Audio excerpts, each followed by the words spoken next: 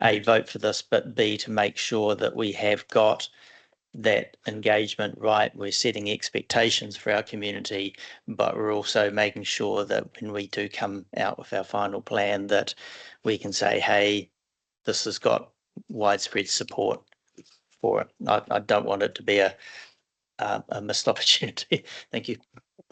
And thank you, Martin. It is our intention that we keep elected members informed, in the loop. We workshop our plans with you, that we bring things back for approval before we go anywhere.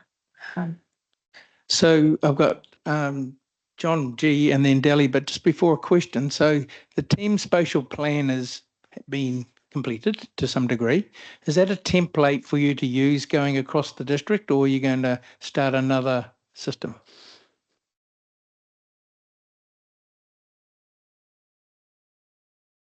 So we won't be redoing the Thames and Surrounds spatial plan. We may test that through engagement and raise questions for the opportunity for communities to comment further. In terms of how it looks and feels and the template of how it unfolds, I think we should look at the learnings we got from that process.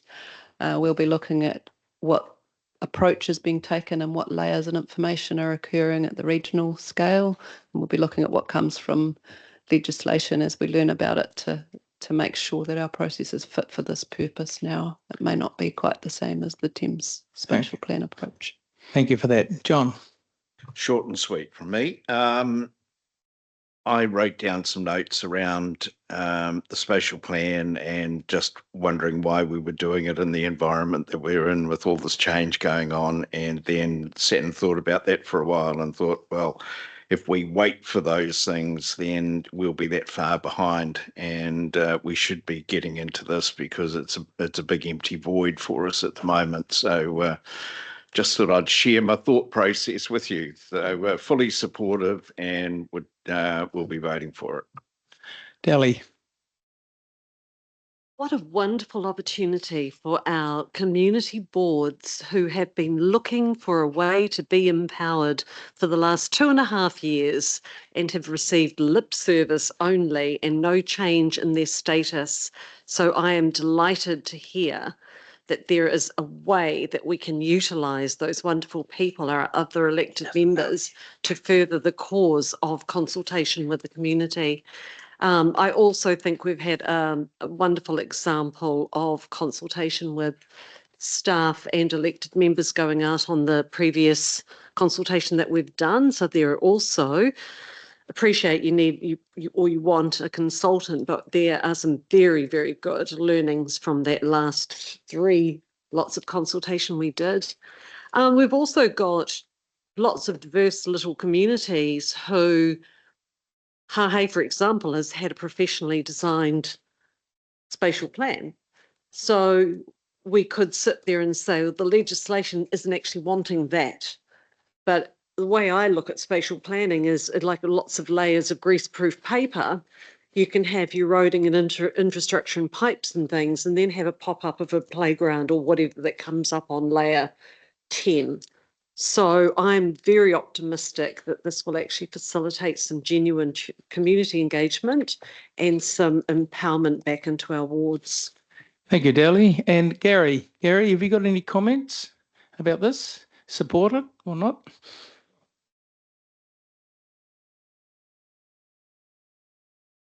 Space for people to live. There's people coming into work here. There's not enough housing for them, and it needs to be looked at.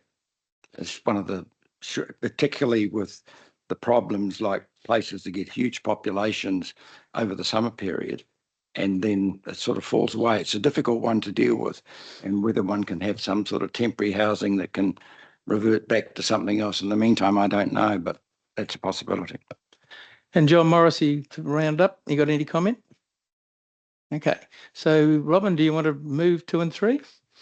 That I do. Okay, so Robin's wants to move, and the second is Martin to agree to the initiation of the Thames-Coromandel District Plan project, endorses the Thames-Coromandel District Spatial Plan project as an important strategic project for the incoming council of the 25-28 triennium. So all those in favour, please say aye. Those against? 1. Would you like to record it? Okay, and carried. Thank you. Thank you.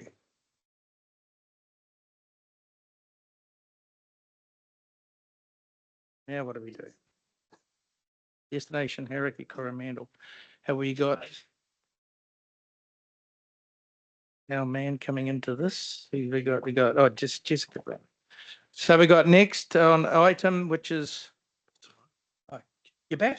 Yeah, I'm just having a look at, yeah, I'll work through those until we get to them, and then you and I, you'll have to help me out with those other ones after lunch, if that's all right. Okay, yes. Appreciate that. Thank you, Terry. Thanks, Terry.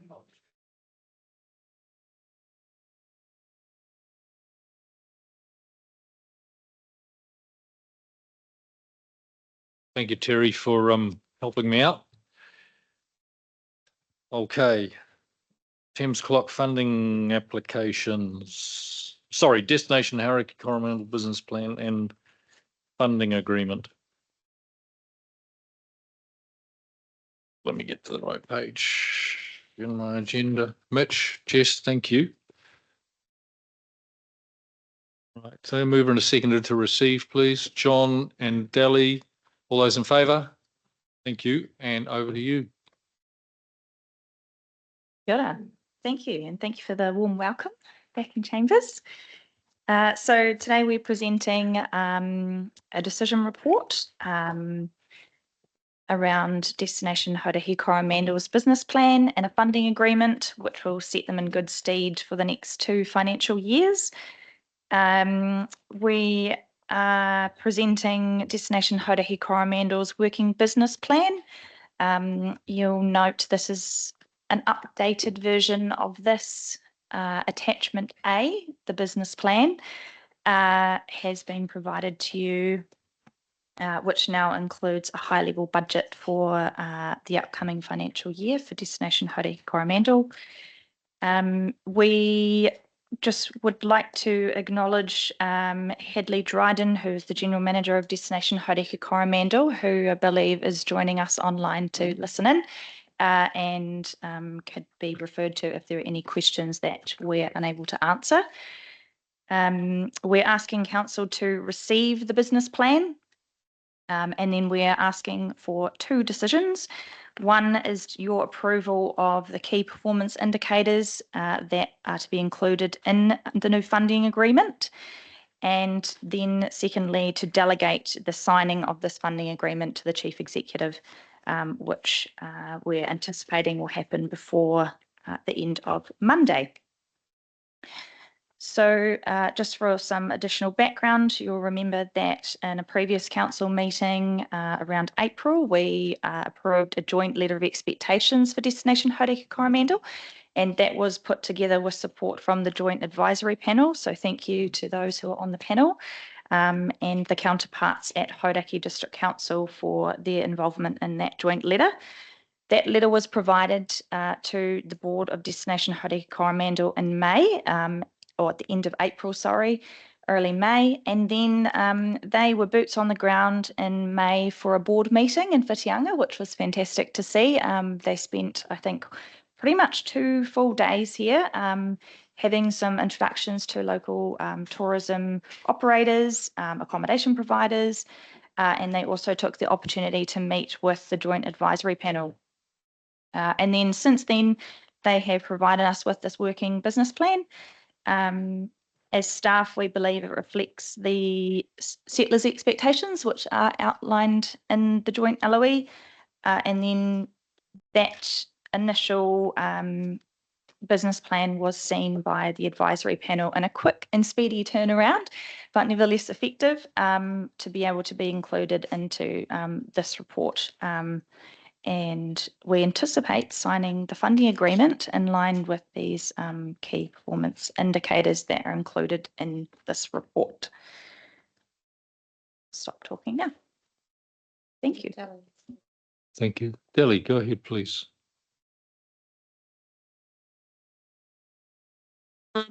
Thank you. just want to acknowledge the incredibly hard work done by Jess and Mitch, and reiterate how joyfully happy we are with the new board members. We've got such a great team. We're just so fortunate to have such a high calibre. Hoping that you read these documents. There was quite a lot of information in those documents and quite wordy in places. Just to reassure you that there has been quite a bit of back and forth and tweaking of language and how about this going in there, and coming from both sides, because obviously there are two members on the panel from Hauraki, and the new board themselves have a wealth of experience. So it wasn't a matter of anyone dictating anything to anybody. It was a very collaborative piece of work that came together with what I feel is a really robust business plan and way forward, and I couldn't be more excited. Thanks, Delly. And good to see that you're feeling positive after the continuation of your work in identifying and appointing the board members. Thank you. John, please. I just took the words out of my mouth, really. So I just endorse what Delly has said. That I think this has highlighted many of the challenges that the destination Hauraki-Coromandel has going forward, and I think they're well aware of them. They've got the right team to address those, and it looks very optimistic.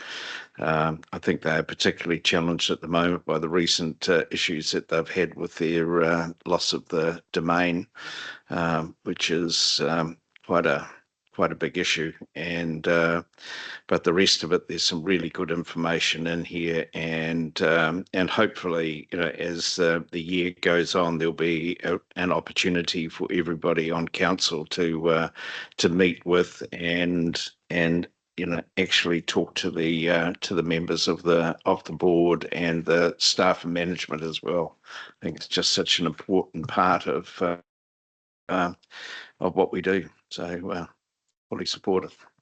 Thanks, John. Rebecca, please. And then Terry. Yeah, I just wanted to say really good plan. I really enjoyed reading it, and I think that this will be a great platform and moving forward for Destination Hauraki-Coromandel. We wouldn't be talking about this organisation without me banging on about the equal and fair contribution from both of the councils that support this organisation. And I would really like, I've said this before, and I know that it's based on visitor spend, and I know that our non-resident ratepayers come in as visitor spend, and I'm not sure what the solution is, but I really would urge us to look at some fairer funding agreements for the organisation, just if anyone in public forum was listening to this conversation. But well done on the plan. I think it's a really good platform. No, not at all. No. But well done on the plan. Just had to highlight that. Thank you. Thank you, Toby. Tempting as it is, we're not going to go down that rail trail today. I'm sorry. Terry. Thank you, and thank you for the plan they've provided. I too also read it and felt it like it was an honest plan. They're not saying they're going to roll the world. They're just going to start and understand what they've got to do and do that well. The four key areas for focus: marketing, management, advocacy, and engagement. I really thought the engagement part of looking at local, regional, national, international tourist entities was really important to understand how it works, because it is a bit of a different beast from down south. There's a lot of small operators and not too many big ones. So yes, I endorse it. I think it's really good, and really looking to work with the group as they find their way, and hope we can support them. So thank you. Thanks, Terry. Who I missed? Peter, please. Yeah, look, my comment just was the speed that we've ended up with this report. The new board's been in place for 3 minutes and taken things on board, and we have a business plan that it looks very credible. So well done. Thanks, Peter. 5 minutes actually. So just kidding. Right. You moving it? Yeah. So we had mover and seconder for the receiving, but there were two documents to receive. The movers and seconders happy for their moving and seconding to apply to both 1 and 2. Are you happy with that? Yep. All right. So now we're going to item 3, approves the KPIs and expectations, and item 4 delegates to the chief executive to sign a funding agreement. Thank you. All those in favour? Those against? That's carried. Thank you. Thanks, Mitch. Thanks, Jess. Thank you, Mayor. I just wanted to acknowledge Hadley and the team as well for all the work that has gone into implementing the review recommendations, as well as this final piece. It's been quite a task. Yeah, they're a very small team and a very busy group of people. So thank you, Hadley, if you're listening online. Thanks. Thanks, Mitch. That's much appreciated. Okay, thank you, Jess. Okay. Thames Clock funding applications. Oh, Rita. It's first time. Rita's first time in front of council. Welcome. Welcome to the hot seat. Hello. Okay, so we are on item 2.6, page 261.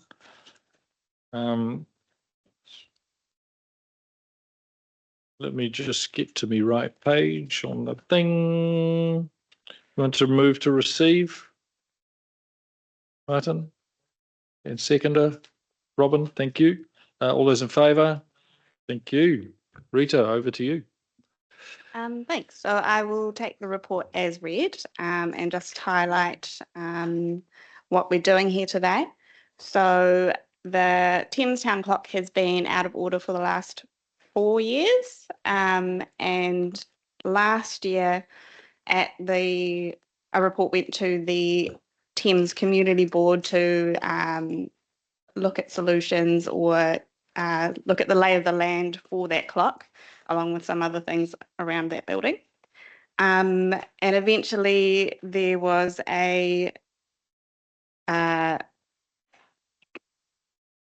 it was resolved at council for the chief executive to negotiate a lease agreement for access to the town clock, as we don't own the building. And then once we have that, to obtain external funding to repair the town clock.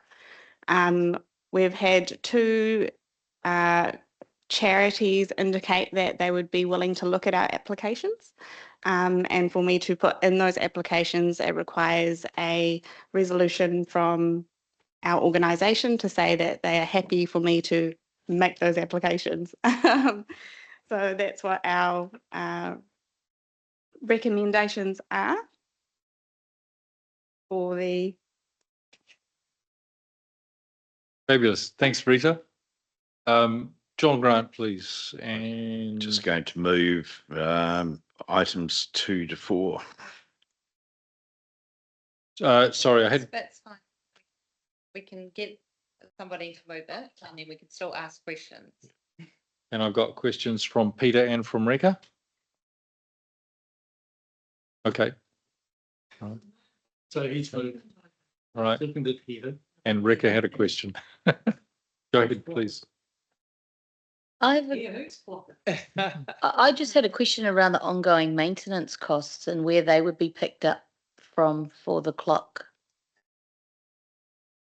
My understanding was it would be brought into the OPEX through the community board, but I'm not. Can we get some clarity on that? If I can confirm that, what Donna found when she went looking was an old resolution of a community board from, I can't remember, let's say a decade ago, that actually committed to doing that. And that was a surprise to us. So we're now following through on that, and it's funded from the community board locally. Right. Okay. Thanks. Thanks, Aileen. is it fair to say that the digital mechanisms are a lot less, require a lot less maintenance than the older mechanical? Is that a fair comment, or do we just not know? I don't think we're experts in No, that technology. no. Can I also just say that the reason this is in front of you is because we want to apply for some funding, and a lot of funders require a resolution from council with their application. This was a very standard process for me in my previous council. Don't seem to do it a lot here, and perhaps we need to do it a bit more. Thank you. All right, so we'll put the motion. We've got a mover and a second. All those in favour? Those against? That's carried. Thank you. Thanks, Rita. Well done on your first time. Okay. Straight to Chief Executive report, please. Aileen.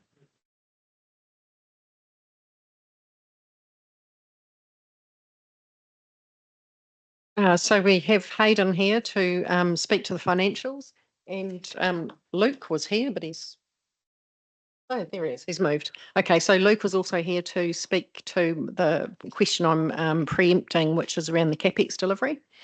And just before Hayden starts, just on the CapEx delivery, we received, as a leadership team, an excellent presentation the other day from Luke, showing us through the new tool that we have in place now that his team is actively using to manage projects. And he also outlined to us the next phase of project management improvement, which is actually the project planning stage, which he stepped us through in the risk and assurance meeting in May. So going forward, the next 12 months, the focus is going to come on that project planning phase, because that's the part where our projects are losing time, so to speak, in the financial year. But yeah, both of them are available to answer any questions. And Hayden, do you want to speak to the financial section? Yeah, so I'll take the finance bit as read, but I guess that's the results are sort of continued as previously. It's really only waters that has been unfavourable. All of the other activities are either on budget or are favourable. So heading into with 1 month to go, we expect basically these results to hold really. Hayden, Peter, please. Thanks, Hayden. Are my eyes deceiving me? Or is this a report for the period ending 31st of March 2025, like 3 weeks ago? No, the report's not. Yeah, that's exactly it. It's the 31st of May. So yeah, we basically what happened is we couldn't meet the deadline initially, but we were given more time and we managed to get it in to the after the initial agenda cutoff. We managed to get it in after that. Yep. So we rushed. We pulled out all the stops to get it in. And that's going to be the pattern going forward, is it? So there's a sort of a trade-off here. So while we have managed to pull this off, we had very little time to check it. And really the hero of the day is Ari, who was the one that has to deal with all that last minute agenda changes, and also yourselves, because you end up with, you know, when we try and rush our deadlines, you end up with bits and pieces coming through later on. So it's a trade-off about whether you have the up-to-date financials or a messy agenda process. I'd go for a messy agenda any day of the week. Thank you for having current data. Thanks, Peter. Questions? John Grant, please. Yes, just other expenses, page 277. Can you just explain the variation there, please?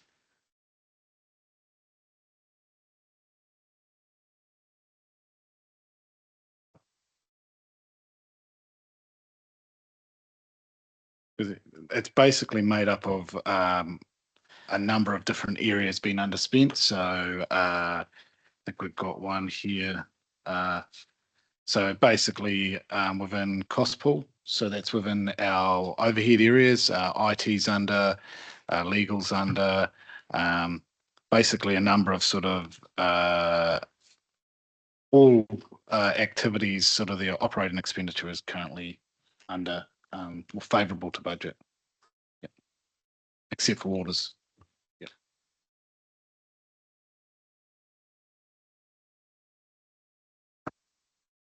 Yeah. Thanks, John. So So the takeaway from that is that it is a genuine, real gain to the bottom line. Yeah, it means we're favourable. So what will happen at year end? We'll obviously do all our year end. We've got 1 month to go, and then we'll do our year end adjustments. And it is likely that we'll be adding to retained earnings based on these results. any other questions? Thank you. And back to you. Okay, so Hayden, you can probably depart. Thank you. Thanks, Hayden. So we're just continuing with our record number of Lagoimas.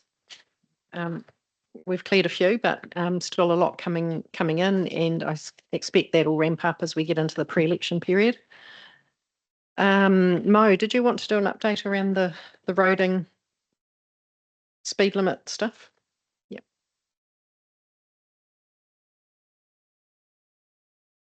So staff have had a meeting with NZTA regarding speed limits around schools, and so the variable speed limits around schools need to be in place by 1 July 2026. That's the 30-kilometer speed limit. And NZTA has advised that there is no grant available as such, so it will be the normal funding process, 50-50. There are 22 schools within the district, of which 8 are on state highways. So those 8 will be done by NZTA, and we've got to do the balance. They seem to be bending towards fixed speed signs. Initially, they started with variable speed signs for all locations. Possibly due to public pressure and public request, there is an appetite for fixed speed signs. There is $1.9 million in the budget next year, so it's still work in progress. I will update council at a future date when I have more information at hand. Can I just ask a question? Sure, go ahead. You said the 30-kilometre-an-hour speed limits in schools, surely not on the highway though. The state highway ones, NZTA will look after. There are 8 schools on state highways. What speed? 30. 30. Yeah, it lights up, yeah. Yep, that's correct. So I think there's 60 at the moment, aren't they? That's correct. Yeah. Okay, it's a big change. Martin, please. Thanks. If I may ask a question of Mo related. So are the fixed speed signs the ones that have like a small novel on them about the days of the week and the times that have been in the media recently about being unreadable as you're approaching them? I've got a picture. Sorry, that was a leading question. I've got a picture of the fixed speed sign. It basically says 30 with a circle on it, and it gives the 2 times. So it's 8:20 in the morning till 9, and then 2:40 until 3:20 on school days. Just a fix. That's pretty much it. Thank you. Thanks, Martin. Were there any more questions? So direct questions through Aileen, if you don't mind, unless Mo has finished. I'm not sure. Oh. Yeah, Aileen. I was going to move on to the submissions. So you recall we effectively didn't have time to run submissions through council. So there's some commentary there about the Building and Construction Small Standalone Dwellings Amendment Bill, some discussion around the Regulatory Standards Bill, and then just noting that there's an absolute huge amount of stuff coming through the RM area that staff are working to get their heads around. And if there's any questions, we have Sian and Leslie here to answer them. So I got a question if I can. Is this in the letter from the government, was it moving to 70 square metres, the dwellings? Did I read that somewhere? Yeah. So would that meet our criteria for the SIRP remission, which is currently 60 or 50. It's based at the moment on 50 or 60. Is that right? 50 square meters or 60 if it's built to a certain code. Yeah, so at the moment, our remission policies are, I guess, built off definitions in the district plan. And so we expect that we will be reviewing those policies well, in the coming year prior to the changes that were resolved at the last council meeting coming into effect. And as part of that, we'll need to consider how any of these changes to those definitions are addressed. Aligning them with the government's direction. District plan review. 2016, last time we did that.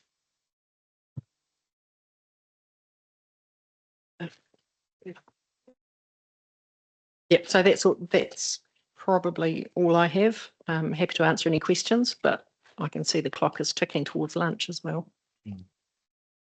Thanks, Aileen. Rick, do you have a question for Aileen? Yeah. Sure, go ahead.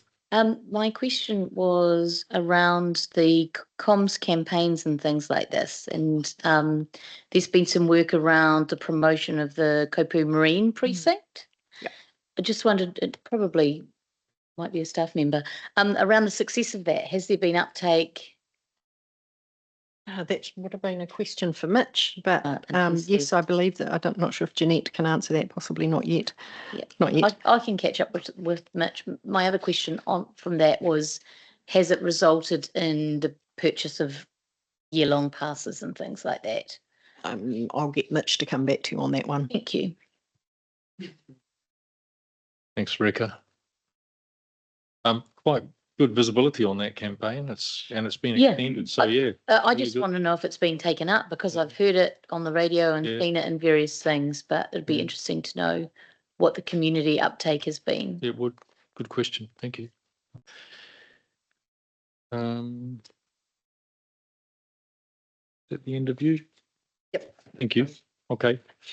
All right. So we're just receiving that report from Aileen. Thank you. Thank you. Seconder, please. Thank you. All those in favour? Thank you. And Mayoral Report, which you've all got a copy of in there somewhere. It's essentially list of things attended. I'll move it. Can I get a seconder, please? Yeah. Thanks, John. Any questions, discussions? No? All those in favour? Thank you. Thank you. Seconder, all those in favour? Thank you. So that's for us to move into public excluded, which we will do. Don't you go away. You're invited to lunch. Thank you. Okay. And we'll reconvene at about 1:05, please. Just so that councillors are aware, I need to attend to some medical stuff, so Terry's going to help me out after the PX and sit in for me on the first couple of sessions of PX. Thank you, Terry. Appreciate that.